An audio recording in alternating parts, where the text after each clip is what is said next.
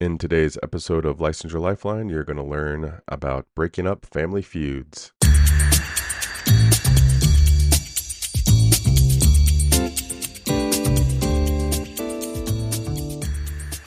Welcome to Licensure Lifeline. This is your host, Matt Lawson, and today we're going to be talking about internal family systems, one of my favorite modalities for working with people.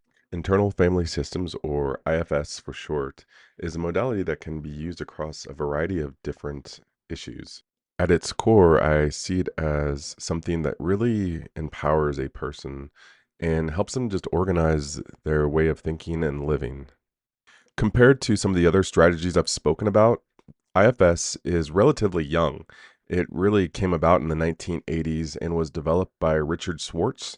He noticed that when he was working with individuals that there were certain responses that they had to the work that they were doing together that suggested some type of internal family-like system within their heads. This approach really focused on the multiplicity of the mind and healing the potential core self of the individual. I learned about this approach right around the same time that the movie Split came out. I don't know if you're familiar with that movie, but basically it's a movie about somebody that has dissociative identity disorder, which is what we now call split personality. And I was looking at this way of working with individuals. I was looking at this modality and thinking to myself that, we're actually encouraging people to have split personalities, but it goes a little bit deeper than that. And it really acknowledges that there are multiple parts of ourselves within one space that kind of operate a little bit differently and need to be spoken to a little bit differently. So let's go over some of the core concepts of this approach. First, you have the self. This is the director. This is the part of you that is at the center of all the madness that's going on in your mind. And it directs, it is the CEO, it is in charge. And one of the things with this system is it really tries to empower that self and give it more authority over the other parts of your mental being.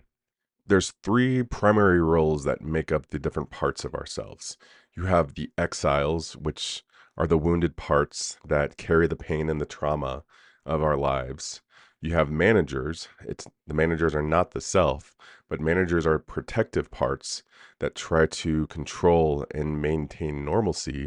And then you have firefighters. And these are the parts that react impulsively to soothe or extinguish emotional pain triggered by the exiles. So, what internal family systems aims to do here is identify and interact with these different parts to try to restore balance and promote healing, guided by the self. Let's talk a little bit about how this might look in therapy. With the treatment of trauma, you're trying to help a client heal the exiled parts that contain frozen traumatic memories that they've been holding on to for years and years and years, thereby reducing PTSD symptoms. A lot of times, we're not even aware that our exiles are holding on to these frozen traumatic feelings and thoughts and memories, and they may only come up when they're triggered. But learning how to acknowledge those parts of ourselves, that those parts of ourselves that are in pain, and then working with the self, the main component, to really address that and help the exile heal. With something like anxiety and depression, managers and firefighters often manifest as symptoms of anxiety and depression. You might see somebody reaching for alcohol or emotionally eat. That's actually their firefighter trying to put out a in the moment anxious event through some type of external stimulus, some type of external pleasure that can help them put out that fire. This was a pretty quick version of IFS. I highly recommend you looking into it a bit more. It's a great way to work with people, like I said. It's the way it shows up on test right now. You actually don't see too many questions around internal family systems, but I've seen enough to where I think that it's warranted to just at least talk about it. I think the main components of this is really understanding how the self works, and then how the work you do through internal family systems is all about creating harmony within that system and getting all the different parts to work together in a way that actually moves the person, that moves the self forward, versus being locked into some of these old patterns or dysfunctional patterns that end up working against the individual. All right, let's go over some memory devices. First, a nice mnemonic device that you can use.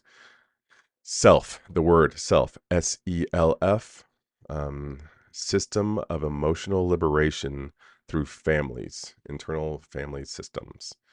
So the self there is a nice little mnemonic device. And then visualization technique. Picture a bus where the self is the driver and each seat is occupied by a different part.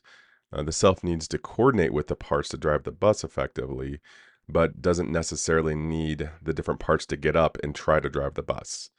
So think about that harmony that you try to create, to where the parts of the self, or the parts, can give their feedback to the self, but not necessarily try to take the wheel of the bus. All right, let's go over some quick questions that you might see on the NCE. What is the primary goal of internal family systems therapy? A, to strengthen the managerial parts. B, to eliminate the firefighter parts. C, to harmonize the self and its parts. Or D, to suppress the exiled parts. Correct answer is C, to harmonize the self and its parts. Question number 2. Which part is primarily responsible for dealing with traumatic memories in IFS? Is it A, the managers, B, the firefighters, C, the exiles, or D, the self? The correct answer for this is going to be the exiles. Remember, the exiles carry around that trauma, those frozen memories. I like that sentiment, that idea, like the frozen memories, which just really, I think, captures what's going on when trauma is just ingrained in ourselves, which you see a lot of with people. In IFS, what role does the self play in therapy? Is it A, it needs to be suppressed to achieve balance? B, it acts as a passive observer? C, it leads to the process of healing and reconciliation? Or D, it is merged with the parts? Answer here is C. It leads the process of healing through reconciliation. Okay, hope that was helpful. I am going to start getting more into some like NCM HCE type questions that are a little broader. Include that with a lot of these multiple choice questions that you might see on the NCE. But that's going to be it for this episode. Thank you so much for listening. If you have any suggestions or questions, please don't hesitate to reach out. There should be some contact information through the podcast website. And until next time, keep studying.